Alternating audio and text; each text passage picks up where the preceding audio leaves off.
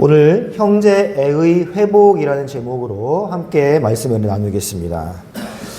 오늘 우리가 읽은 43장은 애굽에 다녀온 형제들이 다시 양식이 떨어져서 애굽에 가서 양식을 구해와야 하는 상황을 보여주고 있습니다. 그리고 지금의 상황은 요셉이 형제들의 신실함을 시험하기 위해 시므온을 가둬둔 상태입니다. 그리고 나머지는 다 돌아가서 막내 베냐민을 데리고 와라 라고 명한 상태예요. 따라서 지금 베냐민 없이는 애굽에 갈 수가 없는 상황입니다. 그런데 설상가상으로 이 야곱은 베냐민을 보내지 않으려고 합니다. 양식은 떨어졌습니다. 애굽 말고 그 어느 곳에서도 양식을 구할 수 있는 상황이 아니에요. 그런데 베냐민이 없으면 애굽에 갈 수 없고 요셉을 만나지도 못하고 야곱은 베냐민을 보내지 않으려고 고집을 부리고 있는 상황입니다. 이때 유다가 아버지 야곱을 설득합니다. 그러자 야곱이 베냐민을 보내기로 결정을 해요. 유다는 어떤 이야기를 통해서 아버지의 마음을 열었는가?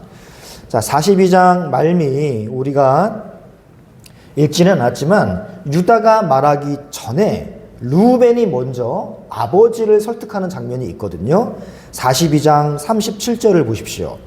시작. 루벤이 그의 아버지에게 말하여 이르되 내가 그를 아버지께로 데리고 오지 아니하거든 내 두 아들을 죽이소서 그를 내 손에 맡기소서 내가 그를 아버지께로 데리고 돌아오리이다. 자, 이렇게 루벤이 큰 소리를 칩니다.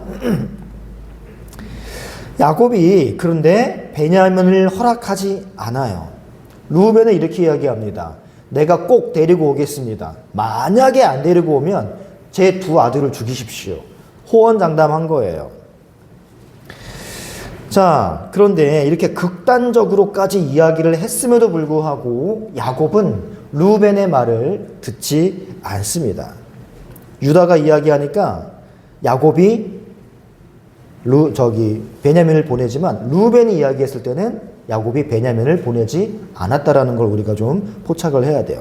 잘 보시면요. 오늘 우리가 읽은 본문의 유다가 한 말과 방금 읽은 본문의 루벤이 한 말에는 굉장히 큰 차이가 있습니다. 루벤은 내가 베냐민을 아버지께로 무사히 데려오지 못하면 제 두 아들을 죽이세요 라고 이야기했지만 오늘 본문에서 우리가 읽은 유다의 말에는 구절을 함께 보겠습니다. 내가 그를 위하여 담보가 되오리니 아버지께서 내 손에서 그를 찾으소서 내가 만일 그를 아버지께 데려다가 아버지 앞에 두지 아니하면 내가 영원히 죄를 지리이다 라고 이야기합니다. 둘의 차이가 무엇일까요? 루벤이 한 말과 유다가 한 말의 결정적 차이는 루벤은 베냐민을 데리고 오지 못하면 자기 아들을 죽이라 라고 말했고 유다는 베냐민을 데리고 오지 못하면 자기 몸을 담보하고 자기가 그 죄값을 지겠습니다 라고 이야기했다라는 점입니다. 중요한 점은요. 루벤에 비해서 유다는 현재 요셉이 의도하고 있는 하나님의 구속 역사에 대해 이해가 있는 것처럼 보인다는 거예요. 우리는 지금 베냐민을 데리고 가고 살려오고 하는 이 상황의 핵심이 교회됨의 진정한 회복, 그 중에서 참된 형제애의 회복에 초점이 있다는 걸 우리가 살펴보고 있습니다. 요셉의 시험의 목적은 형제들이 진정으로 이 형제애를 갖추고 있느냐를 보기 위한 시험이라고 제가 지난 시간에 말씀을 드렸었죠. 이런 점에 비추어 볼 때 루벤의 이야기는 이런 요셉의 시험의 목적에 반하는 조건을 내걸고 있어요. 요셉이 이렇게 시험하는 목적은 교회의 보존입니다. 형제애가 있는 교회의 보존이에요. 하지만 루벤은 베냐민이 돌아오지 못하면 자기 아들을 죽이라 라고 이야기를 하는 것입니다. 여러분 생각해 보십시오. 베냐민이라는 한 아들의 생명을 대신해서 다른 아들들의 두 생명을 잃는 것이 과연 무슨 의미가 있을까? 한 아들이 돌아오지 않는 것 때문에 그것에 책임을 물어서 다른 두 아들을 희생시키는 게 이게 무슨 교회 보존의 입장에서 의미가 있느냐 그 말입니다. 르우벤은요, 하나님께서 교회를 어떻게 보존하시고 어떻게 세워나가시는지 그 경륜에 대한 이해가 결여된 채 충동적으로 말을 한 것 같습니다. 이것은 세상적 이치에는 부합할지 몰라요. 당신 하나 잃었으니까 내가 두 개 잃어서 퉁칩시다. 이런 식의 사고는 세상적 이치에는 맞을 수 있어요. 하지만 교회, 구속사적 견지에서는 결코 합당하지 않은 그러한 자세입니다. 그러면 우리가 집중해야 될 유다가 한 말을 잘 살펴보십시오. 유다는 뭐라고 이야기했습니까? 유다는 정확하게 요셉이 지금 형제들을 시험하고 있는 그 목적을 정확하게 관통하는 대답을 하고 있는 거예요.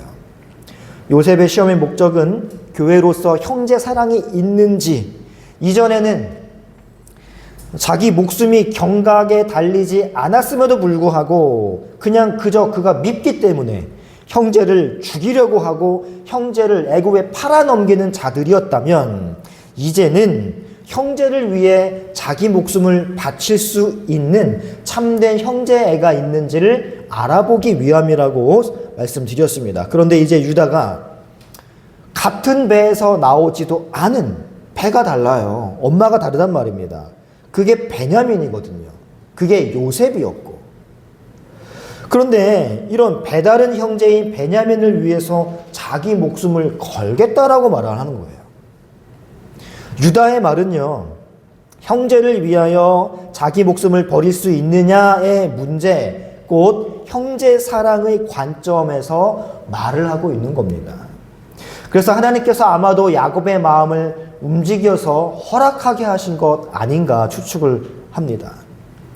그리고 하나님께서 이렇게 야곱이 이 유다의 제안을 마음에 들게 하셔서 야곱은 유다의 말을 듣고 뜻을 돌이킵니다.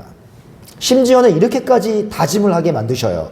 내가 베냐민을 잃으면 잃으리로다. 다담한 결심까지 하게 하십니다. 그리고 창세기는요, 45장에서도요, 이 성경의 문제의 중심에 계속해서 유다가 등장하는 걸 우리 독자에게 부각시키고 있습니다. 45장에 가시면요, 요셉이 자기 정체를 밝힐 때 이 결정적 역할을 누가 하느냐? 유다가 하는 거예요. 유다의 말을 듣고 요셉이 자기 정체를 밝히기로 결심한답니다.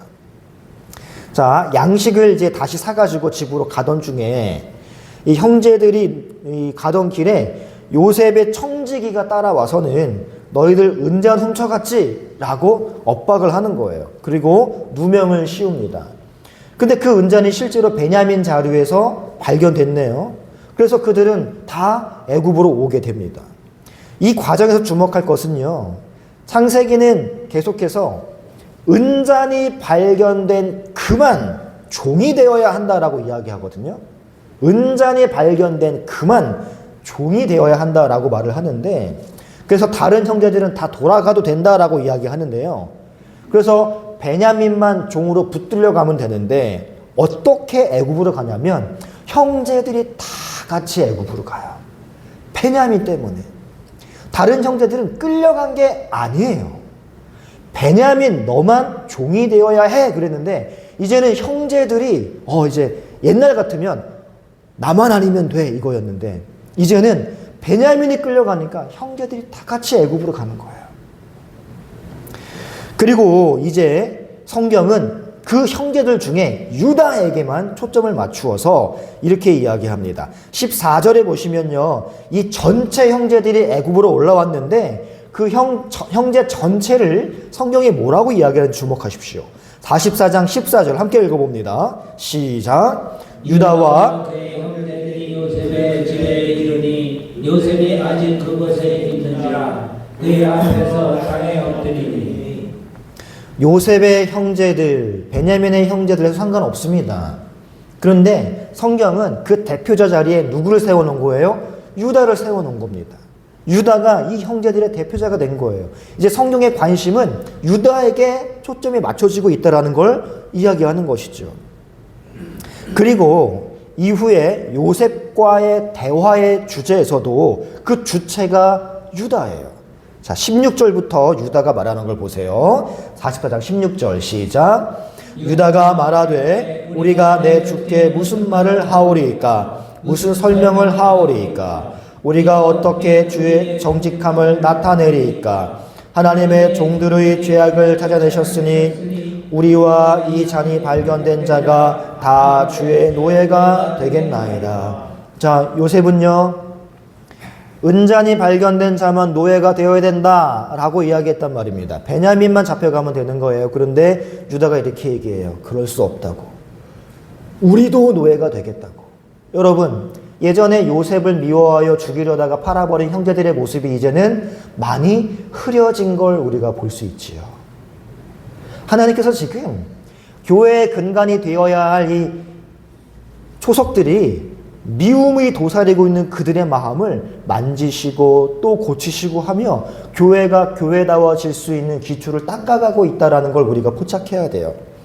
요셉은 이 말을 듣고 잔이 그 손에서 발견된 자만 종이 되고 나머지는 평안히 아버지께로 가라라고 이야기를 해요. 그러자 이번에는 유다가 이렇게 결정적으로 말합니다. 33절 보겠습니다. 이제 주의 종으로 그 아이를 대신하여 머물러 있어 내 주의 종이 되게 하시고 그 아이는 그의 형제들과 함께 올려 보내소서. 이 말을 듣자마자 요셉이 오열을 합니다.